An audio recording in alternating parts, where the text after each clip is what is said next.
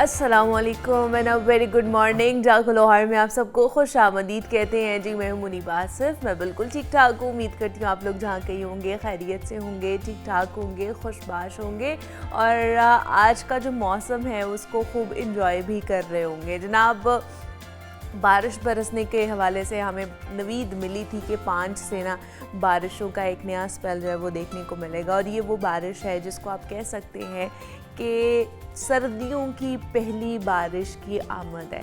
ये पहली बारिश है सर्दियों की और एक दिन हुआ है कि बारिश इतनी जमकर बरसी है और जिसकी वजह से खुनकी अच्छी खासी महसूस होना शुरू हो गई है। अब ऐसे लग रहा है जैसे आहिस्ता आहिस्ता जो होते हैं ना कि वर्क पलटना शुरू हो जाते हैं, सफ़े पलटना शुरू हो जाते हैं। तो यही मौसम के साथ भी हो रहा है कि अब आहिस्ता आहिस्ता ग्रेजुअली मौसम जो है वो चेंज होने की तरफ भी, चेंज होने के दहाने पर मौजूद है। तो आज भी बारिश, अभी भी इस वक्त भी बाहर जो है ना हल्की फुल्की बारिश हो रही है। पूरा दिन ही बारिश बरसने के इम्कानात हैं। कितने % चांसेस होंगे उसके ऊपर भी आपको बताएंगे। लेकिन मेरा ख्याल है कि ये बारिश बड़ा ज़रूरी थी क्योंकि इस मौसम में बहुत से लोग मुझ समेत वायरल इन्फेक्शंस का शिकार होते जा रहे थे और जब तक मौसम थोड़ा सा खिलना नहीं था, बारिश नहीं होनी थी, ये जो वायरल इन्फेक्शंस थे इनसे हमारी जान नहीं छूटनी थी। वायरल इन्फेक्शन तो हैं ही हैं, बारिश भी बरस जाएगी, फिर हम सर्दियों को खुशामदीद भी कह देंगे, गर्मियों को शुक्र अल्लाह का करके हम उनको खैराबाद कह के उसको पीछे छोड़कर आगे बढ़ने की कोशिश करेंगे। और ये मेरे ख्याल से एक हकीकत है कि आप कुछ ऐसी चीज़ें होती हैं जिनको आप पीछे छोड़कर आगे आने वाली नई चीज़ों के लिए खुशामदीद उन्हें कहते हैं, अपने दिल के दरवाज़े खोलते हैं। तो हमारी ज़िंदगियों में बहुत सारे ऐसे सिचुएशंस भी होते हैं। तो हम मौसम के हवाले से भी आज बात करेंगे, लेकिन आप लोगों ने भी अपना पूरा ख़्याल रखना है क्योंकि ये मौसम आपको पता है कि बड़ा मिज़रेबल सा होता जा रहा है। आने वाले दिन जो अगर बात कर ली जाए कि जैसे ही खुनकी बढ़ती है, जैसे ही सर्दी बढ़ना शुरू हो जाती है तो फ़ज़ाई आलूदगी के नरगे में हम आ जाते हैं और उसके साथ साथ आपको पता है कि स्मॉग का जो मसला है वो भी सर उठाना शुरू हो जाता है। तो उसके लिए सूबाई दारुल हुकूमत और ख़ास तौर पर जो हमारी पंजाब हुकूमत है वो बहुत अच्छे इनिशिएटिव्स ले रही है। उसके ऊपर भी हम बात करेंगे कि स्मॉग को किस तरह उन्होंने काबू पाना है, उसके लिए किस तरह के जो टेक्नोलॉजी नई लेकर आई जा रही है और किस तरह इक़दामात किए जाएंगे, क्या उसका असर होगा नहीं होगा। ये तमाम तर चीज़ें आज हम अपने शो में इसको डिस्कस करने वाले हैं। तो उसके लिए आपने ज़रूर हमारे साथ जुड़े रहना है ताकि आपको पता चल सके कि पंजाब हुकूमत कर क्या रही है और ये जो स्मॉग की फ्रीयत है, स्मॉग का अज़ाब ही मैं कहूँगी कि जिससे हमें जूझना पड़ता है हर साल। और कितने लोग बीमार पड़ते हैं, जिनको दमे का मसला है, जिनको सांस का मसला है, उनका ये और ज़्यादा बढ़ना शुरू हो जाता है। और ये मौसम तो उनके लिए इतना मैं कहूँगी कि सपोर्टिव होता है ना कि वो और ज़्यादा उनकी तबीयत ख़राब होना शुरू हो जाती है। सांस वालों के लिए तो ये इतना वो मौसम है, जैसे ही खुनकी शुरू हो जाती है उनकी सांस की नालियों में मसला आना शुरू हो जाता है, उनको सांस लेने का प्रॉब्लम शुरू हो जाता है। तो इसलिए अपने सेहत का ख्याल रखें। सेहत है तो सब कुछ है, अगर सेहत नहीं है तो जनाब आप अल्लाह ताला के खूबसूरत नज़ारों को भी जो है ना वो इन्जॉय नहीं कर सकते हैं। तो इसलिए हम भी कोशिश यही करते हैं कि आप लोगों को अच्छी अच्छी टिप्स दी जाएं, वो चाहे सेहत से रिलेटेड हो, वो चाहे फ़िज़िकल हेल्थ से रिलेटेड हो, मेंटल हेल्थ से रिलेटेड हो, ताकि आप लोग भी और हम भी मिलकर जो है ना वो सेहतमंद रहने के एक तगो-दो में लगे रहें और एक दूसरे को अच्छे तरीके से मशवरे देते रहें ताकि सेहतमंद रह सके, ज़िंदगी गुजार सके। आगे बढ़ते हैं, कुछ सेहत के हवाले से बात कर लेते हैं। और जिस तरह मैं बात करी थी कि जो मौसम है ना, ये जिन लोगों को सांस का मसला होता है, दमे का मसला होता है, एलर्जी का मसला होता है, उनके लिए बड़ा ये प्रोन मौसम होता है क्योंकि जैसे जैसे खुनकी बढ़ती जाएगी उनकी जो बीमारी है ना उसकी कहने के बहुत ज़्यादा एग्रीवेट होती जाती है। तो जैसे ही मौसम बदल रहा है उन लोगों ने कुछ एहतियातें करनी है, वो खाने पीने के हवाले से भी है, वो एक्सरसाइज करने के हवाले से भी है। तो आज हम उसी के ऊपर बात करेंगे कि अगर आपको सांस का मसला है, सांस में दुश्वारी होती है या फिर दमे का मसला है, एलर्जी का मसला है, तो उसके लिए हिकमत में क्या तरीका इलाज मौजूद है और घर पे आप लोग किस तरह का इलाज कर सकते हैं। तो इस पर बात करने के लिए हमारे साथ स्टूडियोज़ में हमारे मेहमान मौजूद हैं। हकीम मुज़म्मिल साहब ने आज हमें ज्वाइन किया है और उनसे आपकी मुलाकात कराते हैं और उनसे जानते हैं कि वो हिकमत में क्या तरीका इलाज हमारे लिए और आपके लिए लेकर आए हैं। हकीम साहब, आपको खुश आमदीद कहते हैं जागो लाहौर में। कैसे हैं आप? ठीक ठाक हैं? जी अल्हम्दुलिल्लाह, अल्लाह का शुक्र। आप खैरियत से हैं? मैं भी शुक्र अल्लाह का ठीक ठाक हूँ। हकीम साहब, मौसम बदल रहा है, आगे से स्मॉग का मौसम भी है, खुनकी भी बढ़ना शुरू हो जाएगी। तो सबसे पहले तो बताइए कि जो ये सांस का प्रॉब्लम होता है लोगों को, जिसमें दमा भी आ जाता है, एलर्जी भी आ जाती है, ऐसे में क्या लोगों के पास तरीका इलाज है जो वो इख्तियार कर सकते हैं? हिकमत में तरीका इलाज क्या है इसका? जी बहुत शुक्रिया। जैसे कि आपने कहा कि मौसम की तब्दीली के साथ बहुत सारे अमराज जो हैं वो बढ़ते भी हैं, कुछ पहले से होते हैं तो उनमें ज़्यादती आना शुरू हो जाती है। उनमें से एक ये सांस का मसला, एलर्जी का मसला, सोजिश का मसला, नज़ले का मसला, गले ख़राब होने का मसला, और बहुत ज़्यादा जो है वो जैसे वायरल इन्फेक्शन एक फैल जाता है। ये तो कुछ मरीज़ ऐसे हैं जो पहले से ही अस्थमा के मरीज़ होते हैं, तो मुस्तकिल जो है वो इस बीमारी के साथ जो है वो जंग लड़ रहे होते हैं। तो जैसे मौसम में तब्दीली आती है, होता असल में ये है कि हवा में थोड़ी नमी बढ़ जाती है, तो उसकी वजह से फिर उनके जो सांस लेने वाली अंदरूनी नालियाँ होती हैं उनको पहले से ही सुकड़ाव पाया जाता होता है। तो उस वजह से इसके मौसम के हमले की वजह से वो उसको जो है वो मुकम्मल तौर पर बर्दाश्त नहीं कर पाते हैं, तो उससे फिर उनकी प्रॉब्लम जो है वो इजाफा हो जाती है। जैसे अमूमी तौर पर गला ख़राब हो जाता है। हाँ जी। एक गलती हम ये करते हैं कि हम मौसम की तब्दीली की मुनासबत से अपनी खुराक में तब्दीली नहीं कर रहे होते। मतलब आज से 1.5-2 माह पहले जिस तरह से एसी यूज़ हो रहा था, आज भी अगर उसी पोजीशन में है और उसी उसकी जो है वो कूलिंग में चल रहा है, तो हमारा मिजाज भी वो नहीं रहा, हमारा मौसम भी वो नहीं रहा, तो फिर हमें उसमें थोड़ी सी एहतियात करनी चाहिए। खाबे जो खाने हैं हम अपनी रूटीन से चल रहे होते हैं, मसलन मौसम जो है वो अगर सर्दी से गर्मी में आ रहा है या गर्मी में सर्दी की तरफ आ रहा है, तो खुराक को भी हम थोड़ा सा मैनेज नहीं कर पाते हैं, तो उस वजह से भी इस तरह की चीज़ें जो हैं वो उसमें आ जाती हैं। बुनियादी तौर पर जो सांस का मसला है, ये अगर अस्थमा हो, अगर एलर्जी हो, अगर नज़ला हो, तो हमें ये देखना पड़ेगा कि इसका बेसिक बुनियाद कहाँ है। ठीक है। यानी इसके असबाब क्या क्या हैं। ठीक है। अगर तो कोई पैदाइशी तौर पर बच्चे ऐसे हैं, कुछ ऐसे लोग होते हैं कि पैदाइशी तौर पर उनकी फेफड़ों की कमज़ोरी होती है, तो उम्र बढ़ने के साथ साथ फिर वो कमज़ोरी उनके साथ ही चलती है। ठीक है। कुछ बच्चे ऐसे होते हैं कि 9-10 साल की उम्र में उनकी नाक की हड्डी का मसला आ जाता है। ओके। मतलब नाक के गुदूद बढ़ जाते हैं, नाक की हड्डी बढ़ जाती है। तो ऐसे लोग जो होते हैं इनको भी फ्यूचर में जाके फिर अस्थमा का अटैक होने के चांसेस बहुत ज़्यादा मौजूद होते हैं। इनको बड़ी एहतियात करनी चाहिए। तीसरे नंबर पर ये लोग जो कसरत से तंबाकू नोशी का जो है वो शौकीन होते हैं या किसी किस्म का कोई ड्रग्स इस्तेमाल करते रहते हैं और हकीकत में वो लापरवाही कर रहे होते हैं।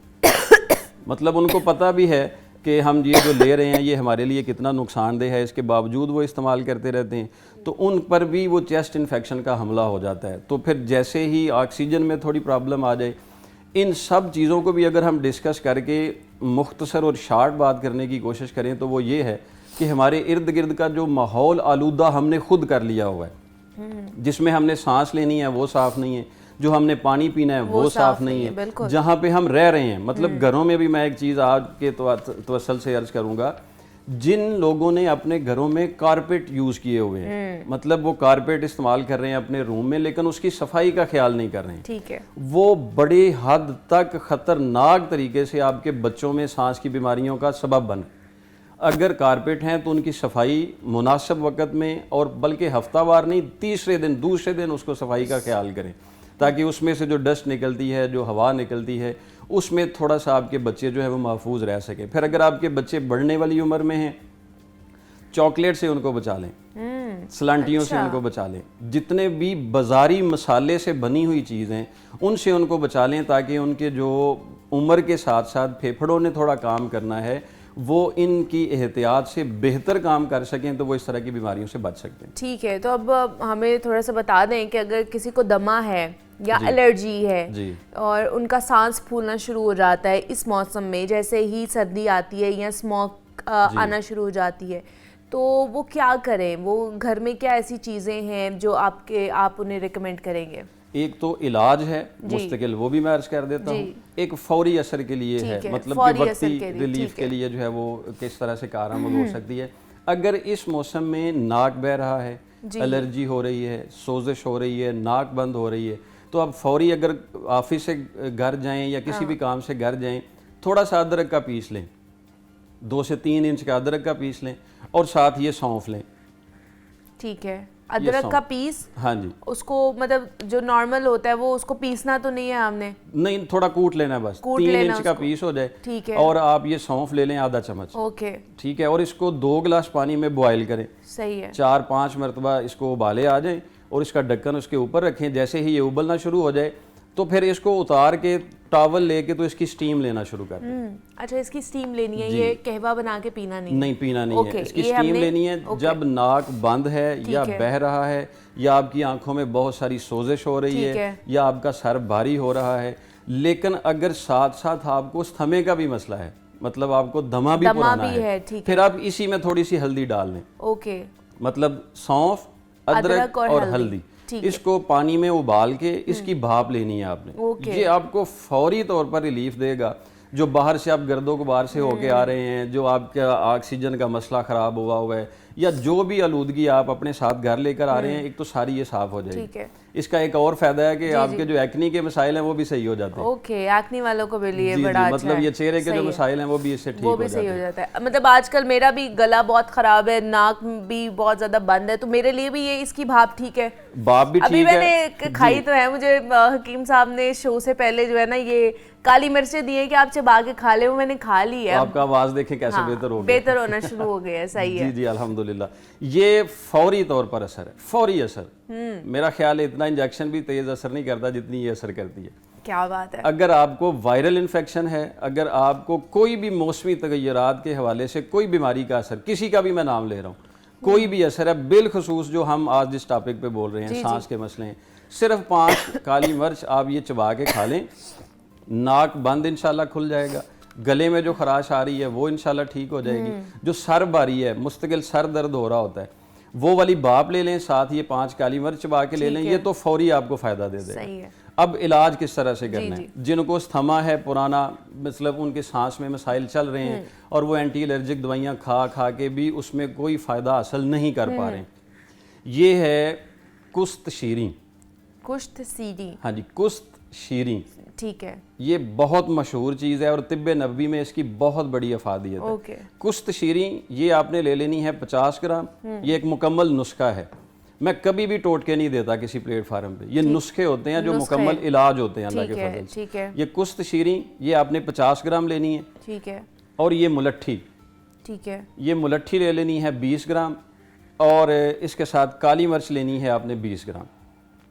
ओके। 50 ग्राम वो है, 20 ग्राम ये है, 20 ग्राम ये है। इसको मिक्स करके एक सफूफ बना लें, फकी सी बन जाएगी। ये सुबह और शाम को खाना खाने के आधा घंटा बाद छोटा आधा चाय वाला चम्मच सुबह अदरक सौंफ के कावे के साथ और रात को जीरा सफ़ेद के कावे के साथ, ठीक है, ये अपना मामूल बना लें। आपके तमाम जो सीने के मुतल्लिका मसाइल हैं, जो चेस्ट इन्फेक्शन है, अल्लाह के फजल से ज़रूर लगेगा। मैंने कभी भी इलाज बताने में मुबालगा रही नहीं की है। एक टाइम लगता है, बीमारी जितनी पुरानी होती है उतना ही इलाज उस हिसाब से होता है। हाँ, लेकिन इसके साथ आपके जो लंग्स में मसला है, जो बलगम जम चुकी हुई है, जो सोजिश बन चुकी हुई है, वो इसके साथ इंशाल्लाह ठीक हो जाएगी। ओके, मतलब ये जिनकी चेस्ट इन्फेक्शन बहुत ज़्यादा ब्लॉकेज रहती है, बच्चों के लिए भी ये बहुत कारआमद साबित हो सकता है। बच्चों को सिर्फ एक चुटकी दे दें और थोड़ा शहद मिला के दे दें। शहद मिला के उनको दे दें। उनको कहवे का जरूरत है? उनको भी नहीं, कहवे की जरूरत नहीं। अगर तो बच्चे 5 साल से बड़े हैं तो उनको वही वाली भाप दे दें और साथ इसको शहद में एक चुटकी मिला के दे दें। एक मसला हमारे मुल्क में बड़ा कॉमन है, ये जो केरा गिरता है हलक में, ये साइनस का प्रॉब्लम बहुत ज्यादा प्रॉब्लम हो चुका हुआ है। हलक में केरा गिरता रहता है, यही केरा असल सबब बनता है आगे जाके सीने के मसाइल को बिगाड़ने में। ओके, बड़े सारे मसाइल इसके साथ पैदा होते हैं। इसका एक आसान नुस्खा है, ये हलीला जर्द। हलीला जर्द, हाँ जी, इसको हरीड़ कहते हैं अमूमी तौर पर। पुराने लोगों को पता है, जैसे बच्चे पढ़ने वाली उम्र में होते थे तो इसका मुरब्बा खिलाया जाता था। जी, हरीड़ का मुरब्बा, हरड़ का मुरब्बा। लेकिन ये इसका मुरब्बा नहीं लेना आपने, ये हलीला जर्द लेनी है। इसके गुठली निकाल के ऊपर से छिलके सिर्फ ले लेने। ठीक है। ये अगर 50 ग्राम हो तो इसके साथ ही बराबर वजन 50 ग्राम आपने सौंफ ले लेनी। सही है। ठीक है जी। ये दोनों सफूफ बन जाएंगी 100 ग्राम, तो इसमें से 150 ग्राम इसको देसी घी में भून लेना है। मतलब इसको पकाना है, इतना पकाना है कि ये थोड़ा सुर्खी माइल हो जाए, और पकाते पकाते इसमें थोड़ी सी चीनी मिक्स कर लें बारीक करके। ये आपके लिए एक नुस्खा मुकम्मल तैयार है, आसान। रोज़ाना रात को सोते वक्त इसका आधा चम्मच आप खा के ऊपर से नीम गर्म पानी ले लें, पेट भी इससे ठीक हो जाता है। मतलब मुस्तकिल कब्ज़ के जो मरीज होते हैं उनको भी इसमें फ़ायदा होता है, लेकिन बलगम की वजह से जिनको कब्ज़ हो रही होती है, ठीक है, इसके साथ केरा भी पुराने से पुराना ठीक हो जाता है, और अल्लाह के फजल करम के साथ इससे नज़र भी बड़ी तेज़ हो जाती है। क्या बात है कि ये साइनस के प्रॉब्लम के लिए भी आप लोगों को नुस्खा हकीम साहब ने दे दिया है। हकीम साहब, आगे स्मोक का सीज़न है, आलूदगी भी बढ़ती जा रही है दिन ब दिन, तो ऐसे में हमने अगर अपने फेफड़ों को बचाना है तो उसके लिए क्या तरीका इलाज जो है मौसर है? क्योंकि ऑब्वियसली हमारे फेफड़े अच्छे तरीके से काम करेंगे तो हमारा रेस्पिरेटरी जो सांस लेने वाला सिस्टम है वो अच्छे तरीके से काम करेगा। आपने कभी पुराने मुगलिया दौर के कोई क्लिप देखे हैं, जब बादशाह बैठा होता है तो उनके साइडों पे दो बड़े बड़े पंखे खड़े होते हैं, वो कितनी तेज हवा दे रहे होते हैं? बिल्कुल नहीं, वो ऐसे लगता है जैसे स्लो मोशन में चल रहे हैं, बिल्कुल आहिस्ता आहिस्ता। ये जैसे दो वो बड़े बड़े पंखे हैं ना जो उनके साथ हैं, ये कुदरत ने फेफड़ों की शक्ल में हमें दो ऐसे पंखे दिए हुए हैं जो दिल को मुसलसल ताज़ा हवा दे रहे हैं। सही है। और बड़ी अपनी स्पीड के हिसाब से दे रहे हैं। इनका मकसद है दिल को मजबूत रखना, दिल के अफ़आल को बहुत सारे बुखारात से बचाना। और अगर हमने इन पंखों का ख्याल नहीं किया, ये मैं बिला तशबीह अर्ज कर रहा हूँ, इनका ख्याल नहीं किया तो दिल पर भी दबाव बढ़ता है, सांस के मसले भी आते हैं, घुटन भी आ जाती है, इचिंग भी आ जाती है, और घबराहट भी आ जाती है। एक तो कभी भी अपनी ज़िंदगी में ना ठंडा पानी इस्तेमाल ना करें। सही है। अगर आपको अपने फेफड़ों से प्यार है, सख्त गर्मी भी हो तो उस टेम्परेचर का पानी लें जैसे वो ताज़ा ज़मीन से निकलता है तो जो उसका टेम्परेचर होता है, वो ठंडा पानी आप बिल्कुल जो है वो बंद कर दें।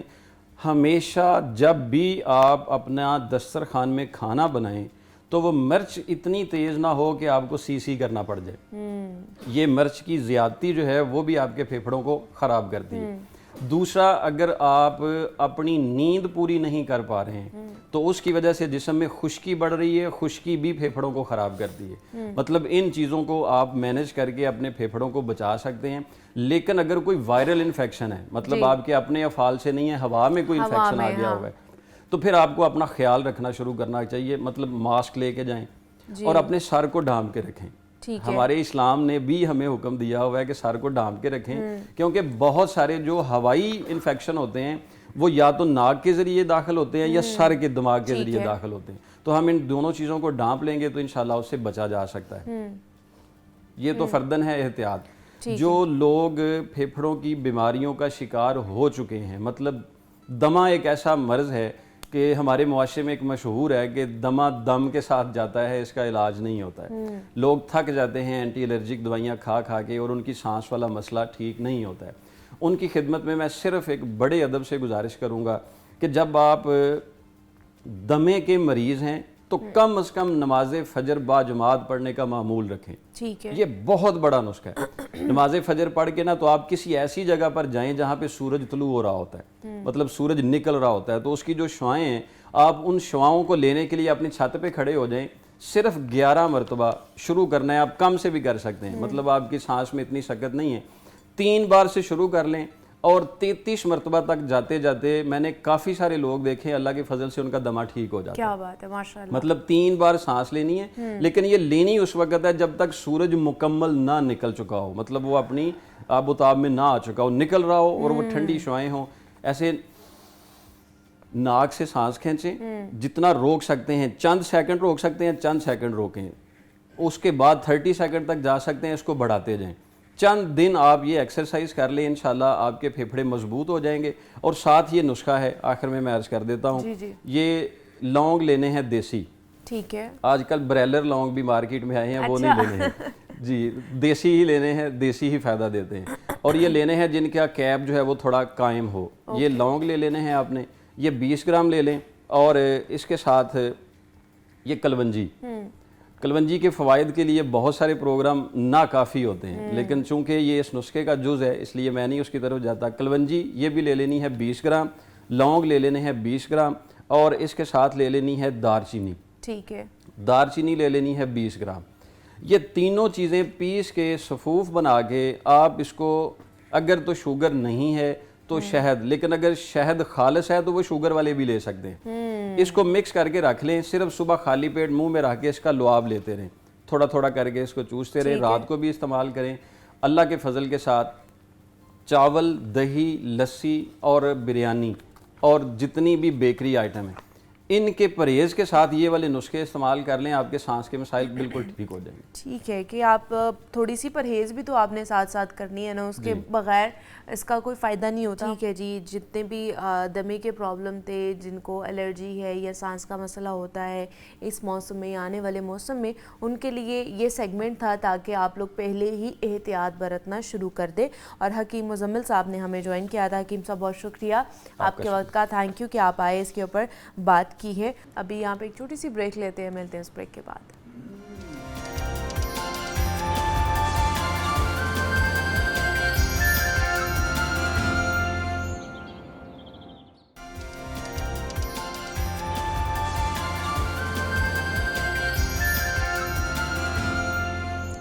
वेलकम बैक टू जागो लाहौर। जनाब, लाहौर नाम पाकिस्तान का दिल है और सकाफती दारुल हुकूमत गुज़श्ता चंद सालों से स्मॉग के शदीद मसले का शिकार है। सर्दियों के आगाज़ के साथ ही ना फ़िज़ा में आलूदगी की शिद्दत ख़तरनाक हद तक बढ़ जाती है, जो सेहत, मईशत, तालीम और रोज़मर्रा ज़िंदगी पर गहरे असरात डालती है। सवाल ये है कि लाहौर से स्मॉग का ख़ात्मा कैसे मुमकिन है? पंजाब हुकूमत ने स्मॉग से निमटने और इसके ख़ात्मे के लिए क्या इक़दाम किए रखे हैं?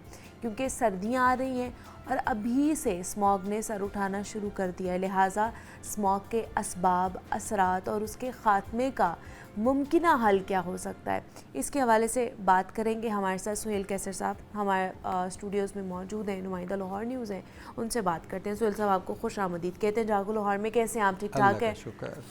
सुहेल साहब, अल्लाह अल्लाह करके जो है ना बारिश बरसी है और सर्दी खुनकी की जो है ना, उसको कह लें कि आमद आमद है, सर्दी की आमद आमद है और अल्लाह अल्लाह करके हमने खैराबाद कहा है जो है ना गर्मियों को। लेकिन जैसे ही सर्दी आती है स्मॉग की इफरियत भी अपने साथ लेकर आती है। लेकिन ऑन द अदर हैंड अगर पंजाब हुकूमत के बारे में बात की जाए, बड़ा अच्छा काम करी। जैसे अभी भी हम पढ़ रहे थे कि एंटी स्मॉग गन्स जो है ना उन्होंने लॉन्च कर दी हैं और बड़ा अच्छी उसकी तशहीर भी की है, उसके बारे में बातचीत भी हो रही है कि इस दफ़ा स्मॉग नज़र नहीं आएगी। क्या लगता है आपको? अच्छा, अभी ये जो आपने सर्दी की बात की है तो ऐसी एक ज़िमनन एक बात याद आ गई कि जब अस्सू का आखिरी अशरा शुरू होता है ना, पंजाबी का महीना अस्सू, अच्छा, उर्दू में उसको कहते हैं असूज। ओके, अक्टूबर के इब्तदाई याम होते हैं और अस्सू का आखिरी अशरा शुरू हो जाता है। ठीक है, जब ये अशरा शुरू होता है तो इसको ख़ज़ां के आगाज़ का इस्तारा भी समझा जाता है और पंजाबी में एक इसकी मिसाल दी जाती है कि हुन मौसम च सर्दियां दा पख लग गया। सही है, यानी अब जो सर्दी है उसका ये जो असूज का आखिरी अशरा शुरू होता है, इसका मतलब अब सर्दियों की आमद ज़्यादा देर की बात नहीं, सर्दियां दा पख लग गया। ठीक है, तो ये आप समझ लीजिए कि अब सर्दियों का पख लग गया। अब आप आज आपने देखा होगा गुज़श्ता रोज़ भी सुबह के औकात में बड़ी ठंडी हवा चल रही थी, अगर आप सुबह उठती हैं मॉर्निंग वॉक के लिए तो। और आज जो सूरत हाल है वो अच्छी खासी खुनकी महसूस हो रही है और बड़ा भला महसूस हो रहा है। अच्छा, अब ये कल तक ये सिलसिला चलता रहेगा ऑफ एंड ऑन। अच्छा। तो उसके बाद जब ये बारिश रुकेगी तो फिर काफ़ी गैप है, इसलिए कि इस मरतबा जो प्री विंटर रेन्स हैं उनके मामूल से कम होने के इम्कानात ज़ाहिर किए गए। अच्छा, मतलब सर्दियों में बारिश कम होने के चांसेस हैं। Pre winter rain. अब ये पैटर्न भी ड्यू टू क्लाइमेट चेंज हो रहा है कि जो सर्दियों से पहले बारिशें होती थी अब ये मार्च तक मतलब आगे चली गई हैं, सर्दियों के बाद ये बारिशें शुरू हो गई। इसका भी पैटर्न जो है वो चेंज। लास्ट टाइम भी हमने देखा था बहुत कम बारिश हुई थी सर्दियों में, इस मरतबा उससे भी कम है और ये अब सर्दियों के बाद इसका पैटर्न जा रहा है और सर्दियों के बाद फिर वही जो मॉनसून वाला मामला हो जाता है। मॉनसून वाला मामला तो खैर नहीं हम कह सकते, यानी चेंजेस हैं, क्लाइमेट आ जाती है ना फिर। हाँ, अच्छा, अब जब स्मोग की आपने बात की है तो स्मोग के ख़ात्मे में बारिश का किरदार बहुत अहम होता है। ठीक है, अब जब प्री विंटर बारिशें कम होंगी तो ऑब्वियसली एक खदशा तो है कि स्मोक की शिद्दत बढ़ सकती है, और कुछ आसार नज़र भी आ रहे हैं। फ़िलहाल तो बारिशें हो रही हैं, बहुत अच्छा सिलसिला चल रहा है। और उससे आगे बढ़ने से पहले मैं आपको थोड़ा सा अपने नाजरीन की दिलचस्पी के लिए बता दूं कि 0 से लेकर 50 तक जो स्मोक की शरह होती है वो बहुत ठीक होती है, बहुत A1 फर्स्ट क्लास। फिर 51 से 100 तक जाती है तो उसको भी कहा जाता है हमारे जैसे ममालिक में कि चलें ठीक है। और 101 से जब ये 150 और 200 तक जाती तो थोड़ी सी तशवीश का इजहार होना शुरू हो जाता है कि नहीं यार, ये जो हसास लोग हैं जिनको एलर्जी है या जो पेशेंट्स सांस का प्रॉब्लम है, दमे का प्रॉब्लम है उन्हें, जब 300 से ऊपर जाती तो फिर हम कहते हैं कि यार अब तो कुछ करना पड़ेगा, ये तो बहुत काम ख़राब होगा। फिर जब 500 से ऊपर जाती तो इसका मतलब है कि हालात काबू से बाहर हो रहे हैं। और गुज़श्ता साल ये 1900 तक गई थी लाहौर में, आपको याद है हमने उस पर बहुत प्रोग्राम, यानी अकल से भी जो है ना ऊपर बालातर थी। लेकिन एक बड़ी अच्छी बात यह है कि एक तो इस साल गुज़श्ता सालों की तरह नहीं हुआ, बल्कि पूरा साल जो माहौलियात का महकमा है उसकी कार्रवाइयाँ चलती रहीं। वो धुआं फैलाने वाले भट्टों के ख़िलाफ़ भी कार्रवाई करते रहे, और जो दीगर इंडस्ट्रियल यूनिट्स थे जिन्होंने टेक्नोलॉजी नहीं लगाई थी, काफ़ी सारी उन्होंने कार्रवाइयाँ की। मतलब ये उनका दावा है, ठीक है। हाँ, उसको हम ऑन इसलिए बहुत शिद्दत के साथ नहीं कर सकते कि यानी वो तो जो लिख कर भेज दें, हम कहेंगे ना, या तो हमने जाकर देखा हो तो हम कहें कि हाँ नहीं भाई वाकई आपने इतने भट्टे, मतलब आप लिख के भेज देते हैं। तो उनका ये दावा है जी कि हमने पूरा साल ये जो है उसकी कार्रवाइयाँ की। अब आ जाते हैं उस पर जो anti smoke guns Punjab government ने मुतारफ़ कराई हैं। तो ये एक बहुत ही अच्छा इक़दाम है, ऑब्वियसली इसके भी बहुत अच्छे असरात पड़ेंगे। और इसके बारे में बताया गया जी कि ये फ़ज़ा में तकरीबन 100 मीटर तक वो फुआर जो है पानी और मुख्तलिफ उसमें जो केमिकल्स शामिल होते हैं उसको 100 मीटर तक ये फ़ज़ा में फेंक सकती है, और इसके साथ तकरीबन 16,000 लीटर का टैंक मुंसलिक होता है। तो अब ये है कि देखना सिर्फ ये होगा कि क्या जितनी तादाद में ये गाड़ियाँ लाए हैं उससे लाहौर एक बहुत बड़ा शहर, मतलब इतना ह्यूज पॉपुलेशन के शहर, क्या ये बहुत इफ़ेक्टिव साबित होंगी, कम इफेक्टिव साबित होंगे, या बस गुजारा ही चलेगा? अभी वो कह रहे हैं कि 15 हैं, 5 जो है ना वो अंडर बन रही हैं, और वो कह रहे हैं कि लोकली इसको तैयार किया जा रहा है। ये एक और अच्छी, और ये भी एक अच्छा हमारे लिए है कि हम लोग इनोवेशन की तरफ जा रहे हैं, एटलीस्ट कहीं ना कहीं हम अपना कदम जो है जमाने की कोशिश कर रहे हैं। सही बात, लोकली ये होना भी ऐसे ही चाहिए कि लोकली चीज़ें तैयार होनी चाहिए, लोकल इंडस्ट्री जो है उसको, क्योंकि जो मुकामी इंडस्ट्री उसके बारे में तो पहले ही बड़ी तशवीशनाक खबरें सुनने को मिल रही हैं। बिजली के बहुत ज़्यादा रेट्स की वजह से बहुत सारे यूनिट्स बड़ी मुश्किल में हैं, बहुत सारे बंद हो गए और बड़े सारे मुआशी मसाइल पैदा हो रहे हैं। तो ये लोकली मैन्युफैक्चर हो रही हैं, 15 आ गई, 5 और आएंगी। तो अगर हम ये कह सकते हैं कि चलें इससे अगर हमें अगर कोई 30% के करीब भी फ़ायदा हो जाता है तो शायद वो सूरत हाल पैदा ना हो जिसका सामना हम गुज़श्ता सालों के दौरान करते रहे। अच्छा, अब इसमें एक छोटी सी बात मैं और ऐड करना चाहूँगा कि जो स्मोक है उसमें तकरीबन 45% जो हिस्सा होता है वो होता है मोटर व्हीकल्स का जो। अच्छा, इस पर भी हुकूमत ने अच्छा इकदाम उठाए हैं कि जो धुआं देने वाली गाड़ियाँ थी उनकी चेकिंग के बाद उनको बंद किया गया है, और जो एक्यूरेट थी, परफेक्ट थी, उनको स्टिकर लगा दिए गए हैं, ग्रीन स्टिकर्स लगा दिए गए हैं। अब आगे जाकर इन्होंने रक्षाओं और मोटरसाइकिलों के लिए भी कुछ आगे प्लानिंग हो रही है, और प्लानिंग तो पता नहीं होती या नहीं होती, लेकिन ये उन्होंने ऐलान कर दिया है भाई रक्षे वाला 500 देगा, बाइक वाला 100 रुपया देगा। अच्छा। इस मद में, मतलब अच्छा। वो जमा कराएगा ये अगर उन्होंने स्टिकर या वो लगवाना है या फिटनेस सर्टिफिकेट, हाँ जी, मतलब वो फीस जमा करवाएगा। और उसके बाद ठीक है। अच्छा, अब वो भी एक इस पर भी बहुत सारे आ रहे हैं कि भाई पहले ट्रैफिक चालानों ने मार दिया हमें 2-2 हज़ार के चालान अब इसके जुमरे में जो है ना वो पैसे लिए जा रहे हैं। ठीक है, तो ये ऐसे स्टेप्स हैं जिनके बाहर असरात तो सामने आएंगे। ठीक है। अब जब बारिशें रुकेंगी और उसके बाद थोड़ा अरसा गुजरने के बाद जब भारत का अंसर जो है इसमें शामिल होगा तो उसके बाद आप फिर सूरत हाल को ठीक तरह से उसका एनालिसिस करने की पोजीशन में होंगे कि हाँ भाई इन स्टेप्स के कितने % फ़ायदे हुए। अगर तो पिछली दफ़ा लाहौर में जो मैक्सिमम तकरीबन हम 2000 लगा लेते हैं AQI तक पहुंच गई थी, तो उससे ये नीचे आकर 1000 तक बहुत पीक डेज़ में चली जाए तो हम कहेंगे कि यार चलो, हालांकि 1000 भी बहुत ख़तरनाक है, लेकिन as compare to previous years, हाँ, तो फिर हम कह सकते हैं कि चलो यार कुछ बेहतरी।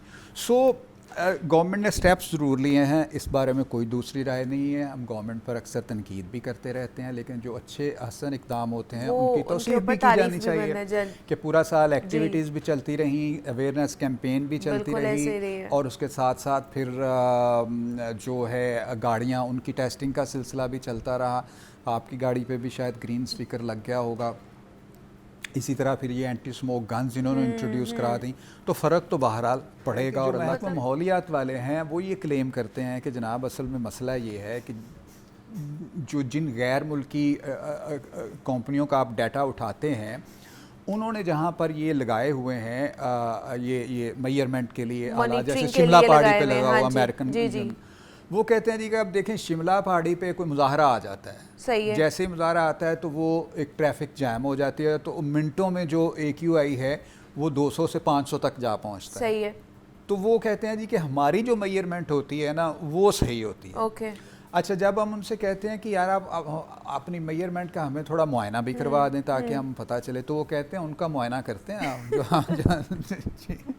सो अब ये है सूरत हाल। वो क्लेम करते हैं कि जनाब ये हमारा बड़े उसके अच्छे नताइज निकल रहे हैं, लेकिन जो दीगर मेजरमेंट आलात लगे हुए हैं, स्विस कंपनी है उसके हैं, वो उनके बारे में ये भी पिछले दिनों एक शिकायत आई थी कि वो इसलिए बढ़ा चढ़ा कर पेश करते हैं ताकि उनकी कंपनी के बने हुए आलात जो हैं वो ज़्यादा खरीदे जाएं, वो लगाए जाएं, ताकि इसको मेंटेन किया जाए। ये भी एक बड़ा हो सकता है, मार्केटिंग टैक्टिक्स हो सकता है, तो मार्केटिंग टैक्टिक्स हो सकते हैं। सो हमारे यहाँ पर कोई मामला सीधा तो होता नहीं है, तो उसमें बड़ी सारी चीज़ें होती हैं, क्योंकि मैं बड़े अरसे से इसको देख रहा हूँ, इसको बड़े अरसे से कवर कर रहा हूँ, तो ये बहुत सारी चीज़ें ऐसी आती हैं। महकमा माहौलियात का अपना मौक़िफ़ है, हमारा अपना एक तज्ज़िया होता है, तो कोशिश ये होती कि जो एक सही सूरत हाल है ना वो बेहतर, हाँ, उसको आप तक पहुंचाया जा सके, हमारे आवाम तक पहुंचाया जा सके। तो आप ही वेट करें थोड़ा सा, फिर देखते हैं। जी, वेट करना पड़ता है और बनता भी है, बिकॉज़ अभी too early to say anything. हाँ जी, वो बेशक ये एंटी स्मोक गन्स के हवाले से हो जाए, या वो स्मोक के हवाले से हो जाए, या वो किसी चीज़ के हवाले से भी हो जाए, तो जैसे जैसे मौसम चेंज होता जाएगा, बदलता जाएगा, और ये जब चीज़ें कह लें कि फंक्शनल होती जाएंगी, हम आप लोगों को भी साथ साथ अपडेट करते जाएंगे। ये फैक्टर उसमें करेगा जो प्री विंटर रेन्स का है ना, ये उसमें वाइटल रोल प्ले करेगा, क्योंकि विंटर जो बारिश होती है ना, ये सबसे इफेक्टिव जरिया होता है स्मोक को कंट्रोल के। जैसे ही बारिश होती है वो ऐसे नीचे आ जाता है, जो है ना वो पोल्यूशन जो है, या जो पार्टिकल्स होते हैं जो फिजा में होते हैं वो ज़मीन की तरफ आ जाते हैं, वो बैठ जाते हैं, क्योंकि मॉइस्चर आ जाता है ना हमारी हवा फिजा के अंदर, तो वो ज़मीन पे बैठ जाता है। तो ये एक अच्छा इनिशिएटिव लिया गया है, जिसके लिए हमें पंजाब हुकूमत को सराहना चाहिए कि जहाँ पर इतने चैलेंजेस पंजाब हुकूमत फेस कर रही है, वो सैलाब की सूरत हाल में हो जाए या बाकी मामलात में हो जाए, तो कहीं ना कहीं वो इन चीज़ों को भी हैंडल कर रही हैं, देख रहे हैं कि जनाब किस तरह इस मौके फ्रीयत से भी जान छुड़ाई जा सके।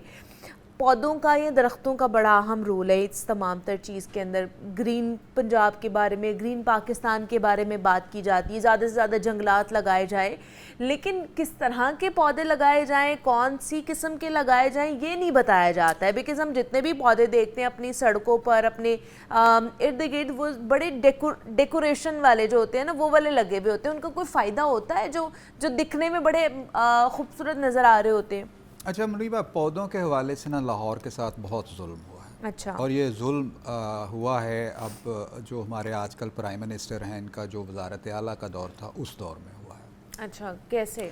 उस दौर में बेशुमार दरख्त कटे, और दरख्त जो काटे गए जो वो मुकामी दरख्त थे, और उनकी जगह इम्पोर्टेड डेकोरेटेड दरख्त लगा दिए। ठीक है, वो ऐसे दरख्त हैं कि जिनको खुद मौसम गर्मा में साए की ज़रूरत होती है, और उसके ऊपर वो, आप देखा होगा आपने, वो लगा के हम उसको सेव करते हैं, और उसके नीचे एक बंदा भी जो है ना, वो गर्मी की शिद्दत से बचने के लिए वो बैठ नहीं सकता, वो डेकोरेटेड पौधे, और उनकी वजह से हमारे माहौल को बहुत नुकसान पहुंचा है। देखें, जहां हम अच्छे कामों को सराह रहे हैं, तो जो हमने ऑब्ज़र्व किया वो भी करना। ये अब जो ग्रेटर इकबाल पार्क है, जब ये मीनार पाकिस्तान या सिर्फ इकबाल पार्क हुआ करता था, तो इतने ज़्यादा यहाँ पर मुकामी पौधे थे कि जब आप इसके अंदर एंटर होते तो सूरज की रोशनी वहाँ तक पहुँचने में वो इतना खूबसूरत माहौल था। फिर यकायक उसको चटियल मैदान बना दिया गया। पता नहीं आपने वो मंज़र देखा है या नहीं देखा, बेशुमार दरख्त थे, क्या शानदार नज़ारा हुआ करता था। उनको चटियल मैदान बना के तो वहाँ पर भी डेकोरेट, वो जो खूबसूरती में इजाफे के पौधे हैं ना, वो लगा दिए गए। तो ये बड़ा जुल्म हुआ। फिर हमारा जो तर्ज़ तामीर है, जब वो तब्दील हुआ, तो जब ये बात होती ना दरख्तों की, तो हमें अपना बचपन याद आ जाता है। आपने वो दौर नहीं देखा होगा कि जब जो मिडिल क्लास के घर थे उनका एक ही नक्शा होता था, पीछे 2 कमरे होते थे, आगे बरामदा होता था, बरामदे के आगे सेन होता था, और जहाँ पे दरवाज़ा होता था उसके साथ एक छोटी सी बैठक बनी होती थी कि जो मेहमान, जो दो घर के लड़के वालों के जो दोस्त है वो उनको बैठक में बिठाते थे। उससे आगे सेन था, सेन से आगे बरामदा होता था, बरामदे के आगे 2 कमरे होते। सही है। तो साइड पर कहीं एक आध वाशरूम बना होता था। कोई ऐसा घर नहीं होता था जहाँ पर शीशम, जहाँ पर शतूत, जहाँ पर बेरी का दरख्त नहीं होता था। उसके 2 फ़ायदे होते थे। एक तो वो पोल्यूशन को रोकता था, गर्मियों में साया फराहम करता था, और सबसे बड़ा फ़ायदा होता था कि उस पर परिंदे आकर बसेरा करते थे। अब बेरी का दरख्त है, अब वहाँ पर परिंदों को शेल्टर भी मिलता था और फूड भी मिलती थी। सही है। यानी खाना भी वहीं पर, शेल्टर भी वहीं पर। वो सुबह सुबह उड़े, घूम फिर कर शाम को वापस आए, कोई परवाह नहीं है, वहाँ से बेर शेर ठूंगे और वहीं पर अपने घोंसले में। ये मैंने अपने घर में खुद देखा हुआ। फिर जब हमारा तर्ज़ तामीर हुआ तो सबसे पहली कुल्हाड़ी जो है वो दरख्तों पर ही चली। अब आप देख लें कि बेशतर जो मिडिल क्लास फैमिलीज़ के घर हैं वो बंद हैं, 5 मरले 6 मरले 7 मरले का घर है, तो उसमें लॉन अगर होगा भी तो इतना छोटा सा होगा कि नीचे ग्रास थोड़ी लगाई होगी, साइडों पे छोटे छोटे पौधे लगा दिए होंगे, वहाँ जगह ही नहीं है उसकी, और सड़कों के किनारों पर वैसे जगह नहीं रही। सो ये ऐसा जुल्म हुआ है कि जिसका अब हम खमियाजा भुगत रहे हैं। बाज़ चीज़ें ऐसी नुकसान भी होती हैं जिसका बाद में देर जाके के बाद पता आता चलता है। हाँ। तो ये जो दरख्तों की कटाई हुई है ना, फिर डेवलपमेंट वर्क इतना ज़्यादा हुआ कि उसकी वजह से भी दरख्तों को काटना पड़ा। जैसे ये बारिश बरसी है, 2 दिन हो गए हैं, बड़ी जम के खुल के बारिश बरसी है, और इसकी वजह से आपको लगता है थोड़ा सा जल्दी आ जाएगी, ये हुआ ना, सर्दी आ जाएगी देखें जल्दी ना, अक्टूबर के पहले महीने में तो इस तरह का मौसम जो है एक, हालांकि ये सर्दियों का ही मौसम है, लेकिन हम फिर भी कह रहे हैं कि सर्दी जल्दी आ सकती है कि नहीं आ सकती। पैटर्न इतना चेंज हो गया हुआ है हमारा क्लाइमेट, ये वेदर का, कि हम लोग अभी भी अक्टूबर के कह लें कि आज 6 हो गई है और हम अभी सोच रहे हैं कि अभी सर्दी आनी है कि नहीं आनी है। लेकिन फिर भी अल्लाह का शुक्र अदा करना चाहिए, हम जिस भी सिचुएशन में, जिस भी हालात में बैठे हुए हैं, लेकिन बताया ये जा रहा है कि जल्दी सर्दी आ सकती है। प्रोग्राम होगा ना तो इस पर मैं फिर आपको पूरी डिटेल से बताऊंगा। बात ये होती है कि बात वो करनी चाहिए जो मुसद्दका हो, जिसके बारे में आप भी क्लियर हो, ऑथेंटिक हो ना वो चीज़। सिर्फ ये बताने के लिए कि हाँ जी मुझे सब कुछ मालूम है, आपने सवाल किया मैं आएँ बाएँ शाएँ कर दूँ, वो कल को कहें भाई आप तो ये कह रहे थे। तो नहीं ऑब्वियसली रिसर्च के साथ हर चीज़ हम आप तक पहुंचाते हैं, ताकि आप जो इन्फॉर्मेशन गैदर कर रहे हैं या आप किसी और को भी बताएं तो एटलीस्ट वो ऑथेंटिसिटी तो उसके अंदर हो ना। सोहेल कैसे साहब हमारे साथ मौजूद थे। हम ये तमाम तर चीज़ों के हवाले से, वेदर पैटर्न्स के हवाले से, बारिशों के हवाले से, सर्दी के हवाले से बात कर रहे थे। सोहेल साहब बहुत शुक्रिया आपके वक्त का, थैंक यू कि आप आए। ब्रेक लेते हैं, मिलते हैं इस ब्रेक के बाद।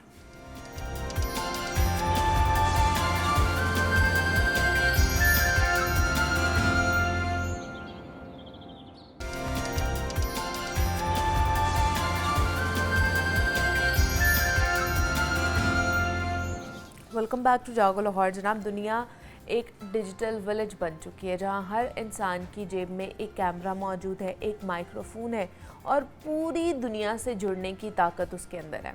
सोशल मीडिया ने आम अफराद को गैर मामूली शोहरत हासिल करने का मौका तो फराहम किया है, लेकिन इसी मौके ने एक नया ज़हनी और समाजी बहरान भी पैदा किया है, जहाँ आजकल लोगों की बड़ी तादाद सिर्फ़ और सिर्फ शोहरत, तवज्जो और लाइक्स के हसूल की दौड़ में अपनी जो ज़हनी सेहत है, इक़दार है और हत्ता के जान तक को ख़तरे में डाल रही है। यहाँ तक कि आम लोग सोशल मीडिया इन्फ्लुएंसर से ख़ुद को कंपेयर करते हैं और उसके बाद फिर डिप्रेशन का शिकार हो जाते हैं। ऐसे लोगों की सोच को कैसे बदला जा सकता है और ऐसे लोग वायरल होने की ख्वाहिश में ज़हनी तौर पर कितने मुतासर हो रहे हैं, आज इसी पर हम बात करने जा रहे हैं। और इस पर बात करने के लिए हमारे साथ डॉक्टर अली अजमल मौजूद हैं स्टूडियोज़ में, जो कि माहिर नफ्सियात हैं, तो उनसे बात करते हैं। डॉक्टर साहब आपको वेलकम कहते हैं जागो लाहौर में, कैसे हैं आप? ठीक ठाक हैं? Fine, thank you. Doctor Ali, आजकल बहुत से जो लोग हैं इन्फ्लुएंसर्स बनते जा रहे हैं, यूट्यूबर्स बनते जा रहे हैं, मतलब सोशल मीडिया की दुनिया में बहुत बड़े बड़े फेमस नाम भी हैं, और उनको बहुत ज़्यादा कह लें कि वो इन्फ्लुएंस करते हैं बहुत सारी हमारी यंग जनरेशन को, बच्चों को, और बच्चे उन जैसा बनना चाहते हैं, ख्वाहिश करते हैं कि हम भी रातों रात वायरल हो जाए, हम भी जो है ना, हमें भी लोग पहचानना शुरू हो जाए। तो ये जो वायरल होने की कह लें कि ख्वाहिश है, ये हमारे ज़हनी सुकून को कितना मुतासर करती है?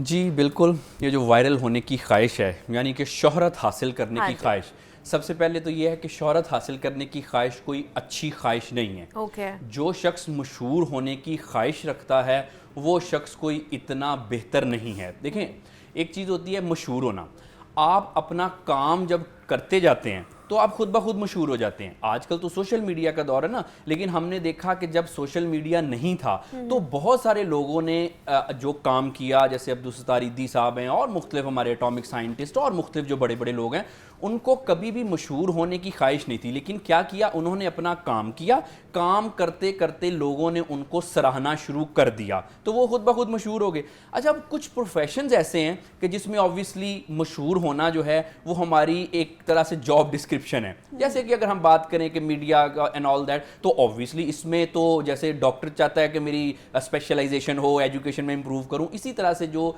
ऐसी फील्ड के लोग हैं जिनका प्रोफेशन ये है, ऑब्वियसली उनमें मशहूर होने की ख्वाहिश एक बेहतर ख्वाहिश है। लेकिन इसके अलावा जो शख्स भी मशहूर होना चाहता है, सबसे पहले तो ये मैं बता दूं कि ये कोई अच्छी ख्वाहिश नहीं है। अब लोग कर क्या रहे हैं आजकल मशहूर होने के लिए लोग कुछ भी कर रहे हैं। अब देखें ना कि कैसे कैसे आजकल के इन्फ्लुएंसर जो हैं वो हरकतें कर रहे हैं। अब देखें कि कोई माशरे की आजकल वैल्यूज़ का कोई ख्याल नहीं है, कुछ भी करना है जी हमने जी बस मशहूर होना है, माशरे की वैल्यूज़ भी छोड़ दी, कोई माँ बाप की कोई इज़्ज़त का भी ख्याल नहीं है, अपनी रेपुटेशन का भी कोई ख्याल नहीं है, बस कुछ ना कुछ ऐसी हरकतें करो उल्टी सीधी, इन रहना है, बिल्कुल इन रहना है। और देखिए कि ये फिर इससे क्या हो रहा है कि इससे मैं समझता हूँ कि माशरे में बिगाड़ पैदा हो रहा है। आजकल तो इन रहने के मैं आपको क्या क्या तरीके बताऊँ। एक तो माशरे की वैल्यूज हमने छोड़ दी, कोई इक्तदार नहीं हमारे, हमने कहा नहीं बस मशहूर होना है, जैसे मर्जी आप जाके मशहूर हो। अच्छा, उसके अलावा फिर ये है कि इर्रेलीवेंट बातें हम कर रहे हैं। आप देखें कि यहाँ पे आप सोशल मीडिया पे देख लें, सर से जो गंजा है वो मशहूर होने के लिए कह रहा मैं आपको बताता हूं कि बाल कैसे उगाते हैं, मैं आपको बताता हूं गिरते बालों को रोकना। अब लोग कहते हैं भाई खुद आप सर से गंजे हो, हमें कैसे बालों के नुस्खे बता रहे हो। अच्छा, आजकल बहुत सारे ये भी लोग हैं खुद रंग के काले हैं, रंग सफेद करने के तरीके बता रहे हैं। अच्छा, एक यानर इसमें मशहूर होने का ये भी है, जिनके खुद के अपने घर नहीं बसे हुए, एक दफा नहीं, दो दफा नहीं, तीन नहीं, चार दफा घर टूटे हैं, तो वो लोगों को क्या बता रहे हैं, वो रिलेशनशिप गुरु बने हुए हैं। मैं आपको बताता हूं या बताती हूं कैसे जी अपना घर बचाना है, रिश्ते निभाने के और रिश्ते बचाने के तरीके। अच्छा, अब देखेंगे जिनके खुद के नहीं बसे हुए वो लोगों को कैसे बता सकते हैं। देखिए, मैं किसी को कोई क्रिटिसाइज नहीं कर रहा, मैं अपनी आवाम को एजुकेट कर रहा हूं कि हमने ये चीज देखनी है कि जो खुद नहीं कर सका वो आपको कैसे बताएगा। अच्छा, फिर इसमें एक और चीज मुनीबा, वो एक ना शख्स आजकल कुछ ये भी बिजनेस गुरु भी बने हुए हैं जिन्होंने कभी कोई बिजनेस नहीं किया। वो सोशल मीडिया में मैं यही देख रहा था कि एक शख्स था, उसने किताब लिखी, अच्छा, पैसे कमाने के तरीके। अब वो लोगों से पैसे मांग रहा है किताब पब्लिश करवाने के लिए, उसके पास पैसे नहीं है कि जी किताब पब्लिश करवा सकूं। कौन? जो के तरीके बता रहा है पैसे कमाने के। अब ये तो सोशल मीडिया की हकीकत है। अच्छा, उसमें एक और चीज है, अपनी फील्ड से मैं बात करता हूं। पहले तो होता था ना, आजकल भी मुख्तलिफ फील्ड के डॉक्टर हैं, कोई हड्डी का डॉक्टर है, कोई दिल का डॉक्टर है, कोई दिमाग का डॉक्टर है। आजकल टिकटॉक के भी डॉक्टर्स हैं। बिल्कुल, हाँ जी, आजकल ऐसे है ना, आजकल तो सोशल मीडिया पे वायरल होने के लिए ये भी हो गया कि आजकल मुश्किल हो गया कौन डिग्री वाला डॉक्टर है और कौन डिग्री के बगैर वाला डॉक्टर है। आजकल देखिए ना कितने कितने हमने गलत तरीके जो हैं बना लिए अपने मशहूर होने के। बस जी वायरल होना है, कोई फर्क नहीं पड़ता कि मुल्क पाकिस्तान का कानून क्या कहता है, इस्लामी वैल्यूज क्या कहती हैं। अच्छा, फिर इसमें यह है कि मशहूर होने की ख्वाहिश में जितने भी ये जो लोग हैं ये इस हद तक चले जाते हैं कि फिर इनको एहसास भी नहीं होता, इनका ज़मीर किसी ज़रूरी काम से सो रहा होता है। नहीं तो क्या वजह क्या है कि हर कोई, वो चाहे बच्चा हो चाहे बड़ा हो, कोई भी हो, किसी भी कह लें कि एज ग्रुप का बंदा हो, वो वायरल होना या मशहूर होना चाह रहा है। वो किसी भी फील्ड से ताल्लुक़ रखता हो, वो किसी भी जगह से ताल्लुक़ रखता हो, उसका बस एम मेरे ख्याल से अब लोगों का ये क्यों बनता जा रहा है कि हमने शोहरत हासिल करनी है, वो चाहे नेगेटिव हो या फिर पॉजिटिव हो। देखिए, इसमें ना कुछ मैं समझता हूँ कि ये इस वजह से हमारे नौजवान इस तरफ जा रहे हैं कि इनको शायद ये लगता है कि वायरल हो के मशहूर हो के हमारी ज़िंदगी सेट हो जाएगी, एक दफ़ा बस मशहूर होना है, कुछ भी उल्टी सीधी हरकतें करके वायरल होना है, ज़िंदगी सेट हो जाएगी। अब देखिए ना, ख्वाहिश तो हर कोई करता है कि मैं स्टेबल लाइफ में हो जाऊँ, लेकिन इनको बच्चों को मैं ये बताना चाहता हूँ, नौजवानों को, ये जो वायरल लोग आपको नज़र आते हैं ना, अक्सर इनकी जो रियल लाइफ है वो बहुत बुरी गुजर रही है। बट उन्हें तो लगता है कि जितने भी लोग हैं, इन्फ्लुएंसर्स हैं, ये सोशल मीडिया के जितने भी लोग हमें पेरेंट्स देते हैं, उनकी तो लाइफ सबकी बेस्ट है और परफेक्ट लाइफ है और वो बड़ा अच्छा काम कर रहे हैं और उसी चीज को हम अपनी लाइफ के अंदर लेकर आना चाह रहे हैं। इस वजह से लगता है ना कि जो वो मीडिया, सोशल मीडिया पे दिखा रहे हैं कि जी हम ये हैं वो हैं, और किसी की दोस्त की गाड़ी ला के तो जी एक वो वीडियो बना ली और दूसरे दोस्त से घड़ी मांग के तो कर ली। अब लोग ये समझते हैं कि शायद इनकी लाइफ ऐसे चल रही है, हालांकि ये मैं बात आपको पूरी जिम्मेदारी से कह रहा हूँ क्योंकि मैं पाकिस्तान के तकरीबन हर फोरम पे, हर मीडिया चैनल पे जाता हूँ, तो मैं इन चीज़ों से बच्चों को बताना चाहता हूँ कि वेल अवेयर हूँ।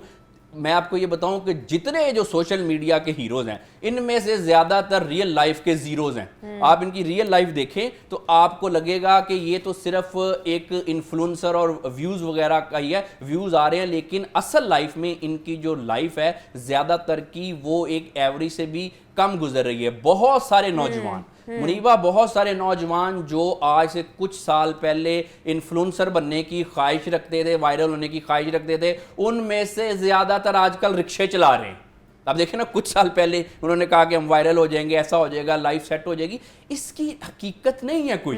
अब लोग दिखाते हैं सोशल मीडिया पे, देखें जी हमने जी इतने पैसा कमा लिया, ये कर लिया, वो कर लिया। नहीं, ऐसा नहीं है। चंद एक अगर कुछ ऐसा कर गए हैं, वो भी आप देखें ना, हमारे जो इदारे हैं वो पकड़ रहे हैं, ये मैं समझता हूँ बड़ी अच्छी बात है, देर आए दुरुस्त आए। लेकिन जो ज्यादातर लोग हैं उन्होंने अपनी जिंदगियां खराब कर ली। देखें, एजुकेशन उन्होंने ली नहीं, उन्होंने तो कहा कि हम क्या करेंगे, हम मुंह पे 2 किलो मेकअप लगाएंगे, मोबाइल का कैमरा ऑन करेंगे और रिक्शे के पीछे लिखी हुई बातें और ट्रकों के पीछे लिखी हुई बातें बोलेंगे और हम मशहूर हो जाएंगे, वायरल हो जाएंगे। अच्छा, उसमें से कुछ लोग हो भी गए, लेकिन अगर आप देखें कि उन्होंने वायरल होके किया क्या वो लोग अपनी जिंदगी को बेहतर तरीके से संवार सके? तो एक एवरेज इंसान जो है वो फाइनेंशियली भी, इवन के financially, socially, morally, family wise उनसे ज्यादा अच्छी जिंदगी गुजार रहा है। तो ये जब हम ये जो चमक देखते हैं ना हमारा नौजवान, तो ये गलत जगह पे चला जाता है। लेकिन क्या आपको क्या लगता है कि जितने भी इस वक्त लोग शोहरत याफ्ता हैं, जिन लोगों ने, इन्फ्लुएंसर्स की बात कर रहे हैं हम लोग, एक्टर्स या उन लोगों की बात नहीं कर रहे हैं, कि ये कहीं ना कहीं सुपीरियॉरिटी कॉम्प्लेक्स या इन्फीरियॉरिटी कॉम्प्लेक्स या किसी चीज़ का शिकार होते हैं मेंटली, जिसकी वजह से ये लोग ये कर रहे होते हैं? देखिए, इन्फीरियॉरिटी कॉम्प्लेक्स ही होता है, सुपीरियॉरिटी कॉम्प्लेक्स बेसिकली कुछ नहीं होता। वो एक सिक्के का दूसरा रुख होता है। इंसान अपनी सासे कमतरी को छुपाने के लिए जरा थोड़ा सा ब्रैक करता है, उसको हम सुपीरियॉरिटी कॉम्प्लेक्स कहते हैं, लेकिन असल में ये इन्फीरियॉरिटी कॉम्प्लेक्स ही होता है। अब इनका इन्फ्लुएंसर्स का क्या मामला है?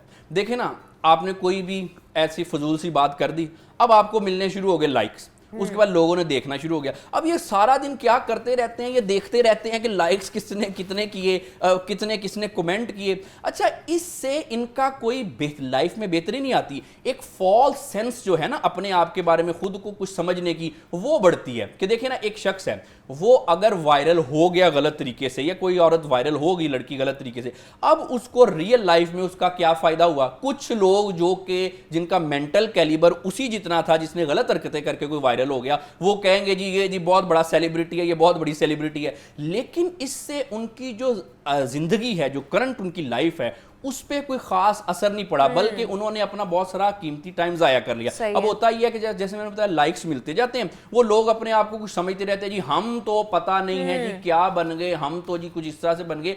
ये उनके लिए भी नुकसानदा चीज होती है। अब देखिए ना, अब अगर लोग माइंड ना करें, वैसे तो आपको पता है कि मैं औरतों के हकूक का बड़ा कायल हूं, हमेशा औरतों के हक में बोलता हूं, लेकिन आजकल क्या हो रहा है, सोशल मीडिया की वजह से कुछ लड़कियों का आजकल दिमाग खराब हो गया। क्या मतलब? देखे ना, पिक्चर्स वगैरह अपलोड कर देती है, नॉर्मल भी, या कोई वीडियो वगैरह, या जी मैं जी वहां बैठी हूँ, ये कर रही हूँ, होटलिंग कर रही। अच्छा, अब लाइक्स आने शुरू हो जाते हैं। अब लाइक्स आने की वजह से एक एवरेज लड़की जो है ना, सोशल मीडिया में जो इन्फ्लुएंस की वजह से ये समझती है कि मैं कोई लार्जर देन लाइफ कैरेक्टर हूं। अब जो मेरा पार्टनर होगा ना, वो सिर्फ और सिर्फ वादी इश्क का शहजादा ही हो सकता है। दिमाग खराब हो गया ना एक एवरेज लड़की का। अच्छा, वादी इश्क का क्या शहजादा जी? बहुत हैंडसम होना चाहिए, हीरो टाइप होना चाहिए, फेम उसके पास बहुत होनी चाहिए, बड़ी गाड़ी, जो बड़ी बड़ी गाड़ी, वो बड़ी गाड़ी होनी चाहिए। उसके अलावा जी वो फाइनेंशियली बड़ा वेल सेटल होना चाहिए, और इन सारी चीजों के साथ साथ वो लड़का भी जवान होना चाहिए, तब मैं हाँ करूंगी। अब ये बात कैसे ज़हन में आई? क्योंकि उसने सोशल मीडिया पे पोस्ट की, ठीक है, वो कुछ लोगों ने ऐसे ही करके वो लाइक्स कर दिए, जिसकी वजह से उसका क्या हुआ, माइंड जरा दिमाग खराब हो गया। नहीं तो लड़कियों की ये ख्वाहिश करना गलत चीज है? नहीं, ख्वाहिश करना गलत नहीं है, लेकिन मसला ये ना मुनीबा कि अब एक एवरेज लड़की जो है वो ऐसा लड़का ढूंढेगी, तो ऐसे लड़के हम लेके कहां से आएंगे इस माशरे में? एक देखे ना, एक ऐसा लड़का जो हाइपोथेटिकल लड़का, मैंने तो आज तक ऐसा लड़का भाई कोई देखा नहीं, लेकिन चलें फर्ज करें माशरे में अगर हैं भी तो अब उसमें यह कि हम ऐसे लड़के इतने सारे कैसे लेके आएंगे? इतने तो लड़के नहीं है जितने फिर वो हमें, तो उससे क्या होगा, ख्वाहिश करना गलत नहीं है, लेकिन ये होगा कि फिर शादी में हमारा दिल नहीं लगेगा, फिर हम कहेंगे नहीं नहीं नहीं, क्योंकि मैं एक तस्वीर अपलोड करती हूँ, रियलिस्टिक अप्रोच, एग्जैक्टली, मुझे इतने सारे व्यूज मिल जाते हैं, अब तो जी मेरा तो जी एवरेज लड़के के साथ गुजारा ही नहीं है कि वो जो आपका ड्रीम बॉय है, या जो आप अपनी कह ले के तख़य्युलाती आपका जो एक मामला बना होता है, करैक्टर आपने सोचा होता है आपका, जब तक वो नहीं मिलेगा फिर आपकी ज़िंदगी आगे बढ़ेगी नहीं, ऐसा नहीं होता। रियलिस्टिक अप्रोच हमारी होनी चाहिए सारे मामलात को लेकर। कॉलर हैं डॉक्टर अली हमारे साथ, सिंध से कॉल किया उन्होंने, नूर अली साहब हैं। अस्सलाम वालेकुम। ठीक ठाक बच्चा जी मैं ठीक हूँ, आप कैसे हैं? मैं बिल्कुल तैयार हूँ, मैं बिल्कुल डॉक्टर की सहमत हूँ कि ये जो आप प्रोग्राम सुना करवाते हैं ये बेहतरीन होते हैं। पेट्रोल ये क्या ये करो, ये वीडियो बनाओ, ये फॉलोअर आ जाए, मैं भी सख्त खिलाफ हूँ डॉक्टर साहब, इन्हीं बात होगा। ठीक है, बच्चों को भी ये समझाता रहता हूँ कि भाई मैं पोते या पोते हैं उनको, उनके वालदों को, वाल साहब को बताओ कि बच्चों को इतना फोन ना दिया करो, जो बच्चे पता नहीं किस किस के रात भर देखते रहते हैं, नींद नहीं आती, सुबह उठते नहीं है, स्कूल नहीं जाते हैं, रो रहे हैं, ये कर रहे हैं, वो कर रहे हैं। तो डॉक्टर साहब सही कर रहे हैं, बहुत बेहतरीन प्रोग्राम है आपका। इसी वजह से, प्रोग्राम की वजह से हम तो बड़े खुश होते हैं कि भाई आप जैसे साहब हैं, डॉक्टर अजमत साहब, तो बहुत खूबसूरत बातें की आपने, खुशी हुई आपने ये बातें सुनकर। अल्लाह करे समझ जाए, अल्लाह करे समझ जाए। सिंध वाले तो नहीं समझेंगे, कोई पंजाब वाले समझ जाए तो समझ जाए, बाकी सिंध वाले तो नहीं समझेंगे। चले जी, हम तो कोशिश करते हैं कि सारे ही समझ जाएं, वो चाहे सिंध वाले हों, वो चाहे पंजाब वाले हों, केपी वाले हों, या फिर सारे ही हों, जितने भी पाकिस्तानी हैं वो हमारे ही हैं। तो बहुत शुक्रिया नूर अली साहब कि आपने हमें कॉल की है, और वो भी कह रहे हैं कि ये अच्छी चीज़ है कि इसके ऊपर बात होनी चाहिए, और घरों में भी यही सूरत हाल रहती है, बच्चे जो है वो फ़ोन लेकर, कोई उस कमरे में बैठा हुआ है, कोई उस कमरे में बैठा है, माँ बाप को पता ही नहीं है कि बच्चे फ़ोन के ऊपर क्या कर रहे हैं, किससे बात कर रहे हैं, कॉन्टैक्ट में किसके साथ है, और उसके बाद फिर क्या सीख क्या रहे हैं। हाँ। देखिए, जो बच्चा फ़ोन से सीखता है वो आपको तो नहीं बताएगा ना कि मैंने ये सीखा है। इसमें आजकल मैं समझता हूँ कि वालिदैन की जिम्मेदारी पहले के वालिदैन से बढ़ गई है, क्योंकि आज हमने, हमारे जो वालिदैन जो हमें सुन रहे हैं, वो अपने बच्चों का ख्याल करें, वो देखें कि उनका बच्चा क्या देख रहा है, और फिर उनके बच्चों की क्या आदतें बन रही हैं, उनके बच्चों के आइडियल क्या हैं। कहीं ऐसा तो नहीं कि आपका बच्चा किसी सोशल मीडिया इन्फ्लुएंसर को जी बड़ा अच्छा समझ रहा है। हमें ये देखना है कि हमारे बच्चे अच्छे लोगों को फॉलो करें। अपने बच्चों को हम मोहम्मद अली जिन्ना की स्टोरियां सुनाएं, आप फातिमा जिन्ना की स्टोरियां सुनाएं, हमारे नबी सल्लल्लाहु अलैहि वसल्लम के बारे में बताएं। हमारी जो वैल्यूज़ माशरे ने, इस्लाम ने, हमारे मज़हब ने, हमारे जो बड़ों ने, जो सदियों के तजर्बों के बाद हमें वैल्यूज आई हैं, अपने बच्चों को वो सिखाएं। ये जो खुद ये तो है ना, वो इन्फ्लुएंसर का ज्यादातर का यही है कि हम तो डूबे हैं सनम, तुमको भी ले डूबेंगे। ये ना उनके खुद के कुछ इतने मामलात बेहतर हैं, तो ये हमारे बच्चों को, हमने वालिदैन को मैं कहना चाहता हूं कि अपने बच्चों को गलत इन्फ्लुएंस से बचाना है, और उन्हीं वैल्यूज की तरफ मुनीबा में वापस आना पड़ेगा जो हमें हमारे इस्लाम ने सिखाई हैं, हमारे बड़ों ने सिखाई हैं, सदियों के तजर्बों के बाद ये वैल्यूज इंसान ने सीखी हैं। और आजकल आप जी ऐसे करके, वो फिर मैं मुंह पे मेकअप करके, वो उसके बाद वो फिल्टर ऑन करके, और वो ट्रकों के पीछे, रक्षों के पीछे वो लिखी बातें करेंगे, तो ये तो उनका मुकाबला हम अपनी इस्लामी वैल्यूज और हमारे माशरे की सदियों के तजुर्बात के बाद जो वैल्यूज आई हैं उसका कोई मुकाबला नहीं है। तो इस मसले का हल है? जी जी बिल्कुल है ना, जैसे मैंने बताया कि वालिदैन जो हैं वो अपने बच्चों को खुद समझाएं, उनसे बात करें, उनको बताएं बेटा ये गलत है ये सही है, हमारी ये वैल्यूज हैं, हमने इनके तरफ चलना है और ट्रेडिशनल वैल्यूज पे वापस आएं और बच्चों को बताएं बेटा बेटी जिंदगी में हमने कुछ बनना है, हमने सिर्फ ये तमाशे नहीं करने। तो ये आप जब बताएंगे वालिदैन, देखिए ना आजकल जिम्मेदारी वालिदैन को बताना ही पड़ेगा। आजकल ऐसा नहीं है, पहले तो होता था कि ये जो गलत चीजें माशरे में नहीं होती थी इतनी, वो बच्चे जो हैं बहरहाल समझ जाते थे। आजकल तो सिर्फ अच्छा सिखाना और बुरे से रोकना, उसको पॉइंट आउट करना, क्योंकि वालिदैन बड़े होते हैं, समझदार होते हैं, ये चीज बहुत इंपॉर्टेंट है बच्चों के लिए। बिल्कुल ऐसे ही है, बहुत ये इम्पॉर्टेंट होता जा रहा है वालिदैन के लिए कि बच्चों के ऊपर एक तो नज़र रखें कि वो कर क्या रहे हैं, क्या नहीं कर रहे हैं, फ़ोन में किससे बात कर रहे हैं, किससे बात नहीं कर रहे हैं, क्या उन्होंने लाइक डिसलाइक किया है उनकी ज़िंदगी के अंदर। ये बहुत ज़रूरी है बच्चों की परवरिश के अंदर ये एलिमेंट होना, और ख़ास तौर पर ख़बरदार रहना चाहिए वालिदैन को बच्चों के हवाले से।